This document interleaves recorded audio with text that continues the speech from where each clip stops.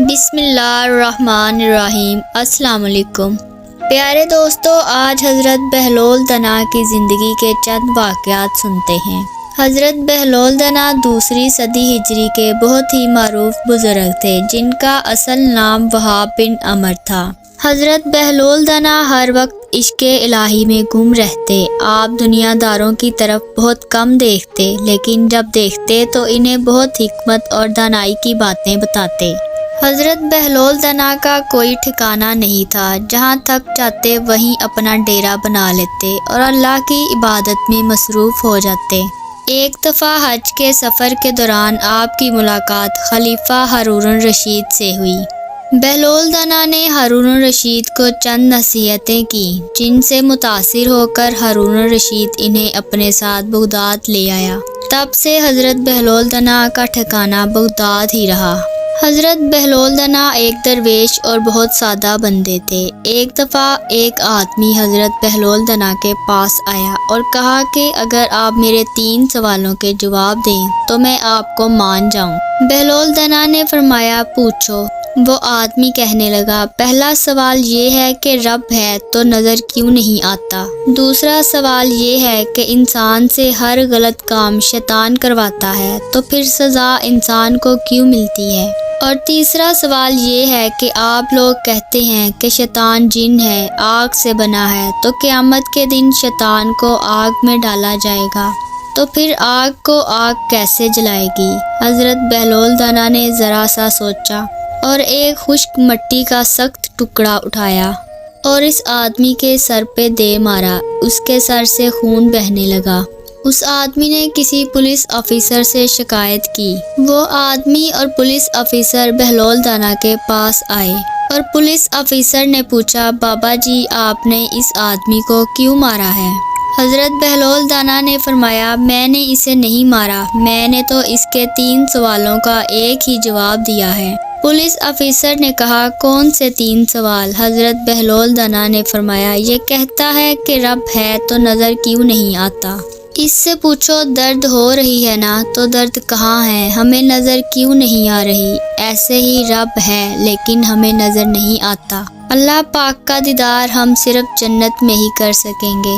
اور یہ کہتا ہے کہ اگر انسان سے ہر کام شیطان کرواتا ہے تو انسان کو سزا کیسی؟ تو مجھ سے بھی تیرے سر میں پتھر شیطان نے مروایا ہے، تو مجھے سزا دینے کیوں آئے ہو؟ اور یہ کہتا ہے کہ شیطان آگ سے بنا ہے، تو جب شیطان کو آگ میں ڈالا جائے گا تو آگ سے آگ کو کیا تکلیف ہوگی؟ یہ آدمی بھی تو مٹی سے ہی بنا ہے نا، اور میں نے اسے مٹی کا ٹکڑا ہی مارا ہے، تو پھر اسے تکلیف کیوں ہوئی ہے؟ ایسے ہی شیطان کو آگ جلائے گی۔ ایک دفعہ حضرت بہلول دنا دریائے دجلہ کے کنارے مٹی کی ڈیریاں بنا رہے تھے اور ہارون الرشید کی ملکہ زبیدہ اپنے محل کی کھڑکی سے بہلول دنا کو دیکھ رہی تھی، تو اپنی سہیلیوں کے ہمراہ بہلول دنا کے پاس آ گئیں اور پوچھنے لگیں، بہلول کیا کر رہے ہو؟ بہلول دنا نے ادب سے کہا، جنت کے محل بنا رہا ہوں۔ ملکہ زبیدہ نے پوچھا، کیا یہ محل فروخت کرو گے؟ بہلول دنا نے کہا، ہاں، میں محل بناتا بھی ہوں اور فروخت بھی کرتا ہوں۔ ملکہ نے پوچھا، ایک محل کی کیا قیمت ہے؟ بہلول دنا نے کہا، 3 درہم۔ ملکہ زبیدہ نے جلدی سے بہلول دنا کو 3 درہم دیے۔ پھر ملکہ نے یہ سارا واقعہ اپنے شوہر ہارون الرشید کو سنایا تو اس نے مذاق میں ٹال دیا۔ اسی رات بادشاہ ہارون الرشید خواب میں جنت دیکھتا ہے اور جنت کے ایک محل کے دروازے پر ملکہ زبیدہ کا نام لکھا ہوتا ہے۔ بادشاہ اندر جانے لگتا ہے تو دربان اسے روک لیتا ہے۔ بادشاہ کہتا ہے کہ یہ میری بیوی ملکہ زبیدہ کا محل ہے، مجھے اندر جانے دو۔ تو دربان کہتا ہے، یہاں کے اصول طریقے اور ہیں، آپ اس کے اندر نہیں جا سکتے۔ صبح اٹھتے ہی بادشاہ ہارون الرشید بہلول دنا کے پاس پہنچا۔ بہلول دنا اسی طرح دریا کے کنارے بیٹھے مٹی کے مکان بنا رہے تھے۔ بادشاہ نے پوچھا، بہلول کیا کر رہے ہو؟ بہلول دنا نے کہا، جنت کے محل بنا رہا ہوں۔ بادشاہ نے پوچھا، محل بیچو گے؟ بہلول دنا نے کہا، ہاں، میں محل بناتا بھی ہوں اور فروخت بھی کرتا ہوں۔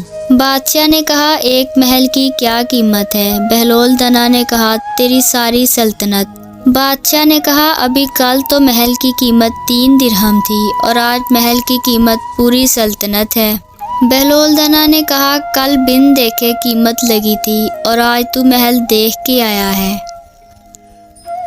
یہ سن کر بادشاہ ہارون الرشید بہلول دنا کے قدموں میں بیٹھ گیا اور کہا ٹھیک ہے، آپ میری ساری سلطنت رکھ لیں اور جنت کا ایک محل میرے نام کر دیں۔ بہلول دنا نے جب بادشاہ کی عاجزی دیکھی تو فرمایا اے بادشاہ، میں تیری اس سلطنت کا کیا کروں گا؟ تمہاری سلطنت تو بہت سے گناہوں کی جڑ ہے۔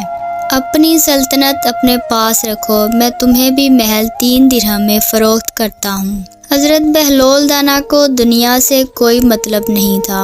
وہ ہر وقت عشق الہی میں گم رہ کر اللہ تعالیٰ کی عبادت کرتے۔ پیارے دوستو، ایسے اچھے قصے اور واقعات سننے کے لیے میرے چینل حکمت کی لہریں سبسکرائب کریں، میری ویڈیو کو لائک کریں اور اچھے کمنٹ کریں۔